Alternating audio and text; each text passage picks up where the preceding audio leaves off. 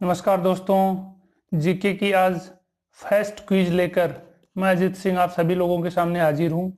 तो चलिए शुरू करते हैं क्वेश्चन नंबर 1 से। टेराकोटा आर्मी से संबंधित कथनों में से कौन सा कथन असत्य है यानी कि सही नहीं है? ऑप्शन नंबर क, यह टेराकोटा की मूर्तियों का एक संग्रह है जो कि चीन में स्थित है। ऑप्शन नंबर ख, यह चीनी सेना का म्यूजियम है। ऑप्शन नंबर ग, इसमें प्राचीन चीनी योद्धाओं तथा घोड़ों की मूर्तियां शामिल हैं। ऑप्शन नंबर घ, इसमें शामिल मूर्तियां चीन के प्रथम सम्राट शी हुआंग की सेना का निरूपण करती हैं। तो इस प्रश्न का सही आंसर, आपके पास 5 सेकंड है, आप सोच लीजिए। काउंट करते हैं। 5 4 3 2 1। ऑप्शन नंबर ख, ये असत्य है। ऑप्शन नंबर ख असत्य है, यानी कि यह चीनी सेना का म्यूजियम नहीं है। बाकी के ये सारे जितने भी ऑप्शन हैं, ये तीनों ऑप्शन सही हैं। यानी कि ये टेराकोटा आर्मी जो है, ये टेराकोटा की मूर्तियों का संग्रह है। इसमें जो मूर्तियां हैं वो प्राचीन चीनी योद्धाओं तथा घोड़ों की मूर्तियां शामिल हैं, तथा इसमें शामिल मूर्तियां जो हैं वो चीन के प्रथम सम्राट शी हुआंग की सेना का निरूपण करती हैं। क्लियर? Question number 1 clear. आगे बढ़ते हैं अगले क्वेश्चन नंबर 2 पर। देखिए क्वेश्चन नंबर 2, सोहगोरा ताम्रपत्र। सोहगोरा ताम्रपत्र यानी कि अभिलेख एक जन कल्याणकारी राज्य की अवधारणा को प्रस्तुत करता है। इसमें से संबंधित कथनों पर विचार कीजिए। ऑप्शन नंबर क, इसमें संकटकाल हेतु खाद्यान्न संरक्षण के बारे में जानकारी मिलती है। ऑप्शन ख, यह उत्तर प्रदेश के गोरखपुर के सोहगोरा नामक स्थान से प्राप्त हुआ है जो कि राप्ती नदी के किनारे स्थित है। ऑप्शन नंबर ग, इसकी लिपि ब्राह्मी तथा भाषा प्राकृत है। ऑप्शन नंबर घ, यह एक मौर्यकालीन अभिलेख है। इस प्रश्न का उत्तर जो है वो कूट के माध्यम से देना है। देखिए प्रश्न दोबारा से समझ लीजिए। सोहगोरा ताम्रपत्र जो कि एक अभिलेख है, एक जन कल्याणकारी राज्य की अवधारणा को प्रस्तुत करता है। इससे संबंधित कथनों पर विचार कीजिए, यानी कि इन चारों कथनों में से कौन से सही हैं, इस पे विचार करना है, कौन कौन से सही हैं। चलिए काउंट करते हैं। 5 4 3 2 1। ऑप्शन घ, यानी कि चारों सही हैं। ये चारों के चारों कथन जो हैं वो सही हैं सोहगोरा ताम्रपत्र के बारे में। इसमें संकट काल हेतु खाद्यान्न संरक्षण के बारे में जानकारी मिलती है। ठीक है, ये सोहगोरा अभिलेख जो है ये गोरखपुर के सोहगोरा नामक स्थान से प्राप्त हुआ है जो कि उत्तर प्रदेश में स्थित है, तथा ये राप्ती नदी के किनारे भी स्थित है। इसकी लिपि जो है वो ब्राह्मी है, इसकी भाषा जो है वो प्राकृत है। इस अभिलेख की भाषा, यह एक मौर्यकालीन अभिलेख है। क्लियर? ये चारों के चारों सही हैं। आगे बढ़ते हैं अगले क्वेश्चन पर। क्वेश्चन नंबर 3,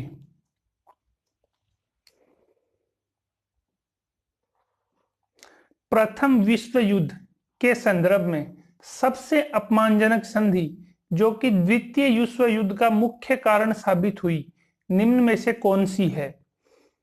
पेरिस की संधि, वर्साय की संधि, लोरेन की संधि या फिर ब्रुसेल्स की संधि? Let's count.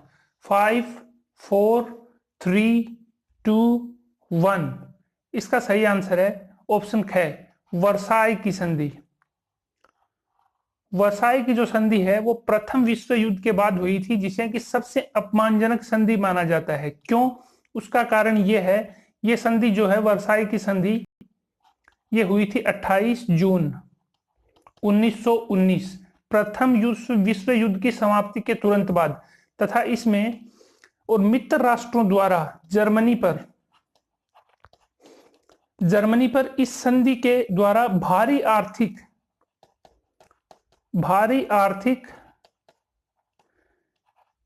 प्रतिबंध तथा जुर्माना, भारी आर्थिक प्रतिबंध तथा जुर्माना लगाया गया था मित्र राष्ट्रों के द्वारा। ठीक है, जर्मनी पर भारी आर्थिक प्रतिबंध तथा जुर्माना लगाया गया था, जिस वजह से और जर्मनी काफी अपमानजनक महसूस किया था, अपमानजनक। और इसी वजह से ये जो संधि है, इसी वजह से फिर दोबारा से द्वितीय विश्व युद्ध यानी कि सेकेंड वर्ल्ड वार होने के पीछे जो तार्किक रीजन है, सबसे मजबूत तार्किक रीजन है, वो भी वर्साई की संधि को ही माना जाता है, क्योंकि जर्मनी इससे काफी अपमानजनक महसूस किया, जिसकी वजह से द्वितीय विश्व युद्ध छिड़ा। क्लियर? आगे बढ़ते हैं अगले क्वेश्चन पर। Tashkent, question number 4। ताशकंद शहर निम्नलिखित में से कहां स्थित है? पाकिस्तान, उज्बेकिस्तान, कजाकिस्तान या फिर किर्गिस्तान? Let's count. 5 4 3 2 1। इस प्रश्न का सही आंसर है ऑप्शन है उज्बेकिस्तान। देखिए ताशकंद जो है ये उज्बेकिस्तान की राजधानी है, और ताशकंद का नाम सुनते ही हमें कुछ ध्यान में आ जाना चाहिए, यानी कि ताशकंद समझौता बहुत ही महत्वपूर्ण है।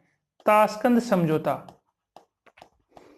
ये ताशकंद समझौता हुआ था भारत पाकिस्तान की जो वार थी 1965 की, इसके तुरंत बाद, और ये ताशकंद समझौता हुआ था। तो कई बार हम क्या करते हैं, ये ताशकंद को जो है पाकिस्तान में समझ लेते हैं, जबकि ये पाकिस्तान में नहीं है, ये उज्बेकिस्तान में है। उज्बेकिस्तान की राजधानी है ताशकंद, जहां पर भारत तथा पाकिस्तान दोनों के राष्ट्राध्यक्षों के मध्य और ये समझौता हुआ था, ताशकंद समझौता 1965 की लड़ाई के बाद। ठीक है, ताशकंद समझौता। उस वक्त भारत के प्रधानमंत्री कौन थे? लाल बहादुर शास्त्री, तथा पाकिस्तान के जनरल अयूब खान जो कि तानाशाह थे, पाकिस्तान के राष्ट्रपति तथा पाकिस्तानी सेना के जनरल दोनों ही थे, अयूब खान तथा भारत के प्रधानमंत्री लाल बहादुर शास्त्री, इन दोनों के मध्य और ताशकंद नामक स्थान पर, जो कि उज्बेकिस्तान में है, उज्बेकिस्तान की राजधानी है वहां पर, और ये प्रसिद्ध ताशकंद समझौता हुआ था 1965 में। अच्छा, इस ताशकंद समझौते में क्या डिसाइड किया गया था? तो वो ये था कि सन 1947 की जो युद्ध विराम संधि है, युद्ध विराम संधि, इस 1947 की युद्ध विराम संधि को पुनः लागू किया गया था, पुनः लागू। ठीक है, यह था ताशकंद समझौता। आगे बढ़ते हैं अगले क्वेश्चन पर। Question number 5। किस अंग्रेजी गवर्नर जनरल को भारत में सिविल सेवा का जनक माना जाता है? Lord Cornwallis, Warren Hastings, Lord Mountbatten या फिर लॉर्ड वेलेस्ली? Let's count. 5 4 3 2 1। इस प्रश्न का सही आंसर ऑप्शन का है लॉर्ड कॉर्नवालिस। लॉर्ड कॉर्नवालिस को भारत में सिविल सेवा का जनक माना जाता है। ठीक है, लॉर्ड कॉर्नवालिस कब से लेकर कब तक गवर्नर जनरल थे? तो ये थे 1786 से लेकर 1796, यानी कि 1786 से लेकर 1796 तक। अच्छा, यहीं पर एक क्वेश्चन और बनता है, भारत में प्रथम सिविल सेवक कौन थे? तो वो थे सत्येंद्र नाथ टैगोर, भारत के प्रथम सिविल सेवक, तथा भारतीय सिविल सेवा का जनक लॉर्ड कॉर्नवालिस, 1786 से लेकर 1796। क्लियर? आगे बढ़ते हैं अगले क्वेश्चन पर। देखिए बहुत ही इंपॉर्टेंट क्वेश्चन, ध्यान से देख लीजिए। Question number 6। बोरूबोदूर स्थल के बारे में निम्न कथनों पर विचार कीजिए। बोरूबोदूर स्थल, ऑप्शन ए, यह इंडोनेशिया देश के जावा द्वीप पर स्थित है। ख, यह विश्व का सबसे बड़ा बौद्ध विहार है। ग, इसका निर्माण 750 से लेकर 850 ईस्वी के मध्य राजा शैलेंद्र के द्वारा करवाया गया था। घ, यह बौद्ध धर्म की महायान शाखा से संबंध रखता है। देखिए बौद्ध धर्म की दो शाखाएं हैं, हम सभी जानते हैं, एक हीनयान, दूसरी महायान। तो ये जो बोरूबोदूर स्थल है, ये बौद्ध धर्म की महायान शाखा से संबंध है। इस प्रश्न का आंसर जो है कूट की सहायता से देना है, यानी कि इनमें से कौन कौन से ऑप्शन सही हैं? केवल 1 या 2, केवल 2 या 3, या फिर चारों सही हैं, या फिर 1, 2 तथा 4 सही हैं। Let's count. 5 4 3 2 1। इस प्रश्न का आंसर है ऑप्शन ग, यानी चारों सही हैं। ये चारों के चारों ऑप्शन जो हैं वो सही हैं। यानी कि ये बोरोबुदुर स्थल जो है ये इंडोनेशिया के जावा द्वीप पर स्थित है। ये विश्व का सबसे बड़ा बौद्ध विहार है, सबसे बड़ा बौद्ध विहार विश्व का। इसका निर्माण जो है 750 से लेकर 850 ईस्वी के मध्य राजा शैलेंद्र के द्वारा करवाया गया था। ये बौद्ध धर्म की महायान शाखा से संबंध रखता है। क्लियर, ये चारों के चारों ऑप्शन सही हैं। आगे बढ़ते हैं अगले क्वेश्चन पर। क्वेश्चन नंबर 7, स्वप्रवासवद्धता से संबंधित कथनों पर विचार कीजिए। स्वप्रवासवद्धता से संबंधित कथनों पर विचार कीजिए। क, यह महाकवि भास द्वारा रचित नाटक है। ख, इसकी खोज गणपति शास्त्री द्वारा की गई थी। ग, यह सबसे पहले रचा गया संपूर्ण नाटक है। घ, यह राजा उदयन एवं वासवदत्ता की कथा पर आधारित है। इसका भी आंसर कूट की सहायता से देना है, यानी कि कौन कौन से ऑप्शन सही हैं। केवल 1 या 3 सही है, केवल 1, 2 तथा 3 सही हैं, चारों के चारों सही हैं, या फिर केवल 1 या 2 सही हैं। Clear, let's count. 5, 4, 3, 2, 1। तो इस प्रश्न का आंसर है ऑप्शन ग, यानी कि 1, 2, 3 तथा 4, यानी कि ये चारों के चारों सही हैं। स्वप्रवासवद्धता जो कथन है इसके बारे में ये चारों ऑप्शन सही हैं, यानी कि यह महाकवि भास द्वारा रचित नाटक है जिसका नाम है स्वप्रवासवद्धता। क्लियर, इसकी खोज जो है वो गणपति शास्त्री के द्वारा की गई। ये जो है ये विश्व का सबसे पहला संपूर्ण नाटक है, यानी कि कंप्लीट जो बोलते हैं उसको वो है। इस नाटक में राजा उदयन एवं वासवदत्ता की कथा पर आधारित है। ये चारों के चारों ऑप्शन सही हैं। क्लियर, आगे बढ़ते हैं अगले क्वेश्चन पर। क्वेश्चन नंबर 8, जापान की संसद को किस नाम से बुलाया जाता है। क्या येल, डेल, युआन या फिर डाइट। Let's count. 5, 4, 3, 2, 1।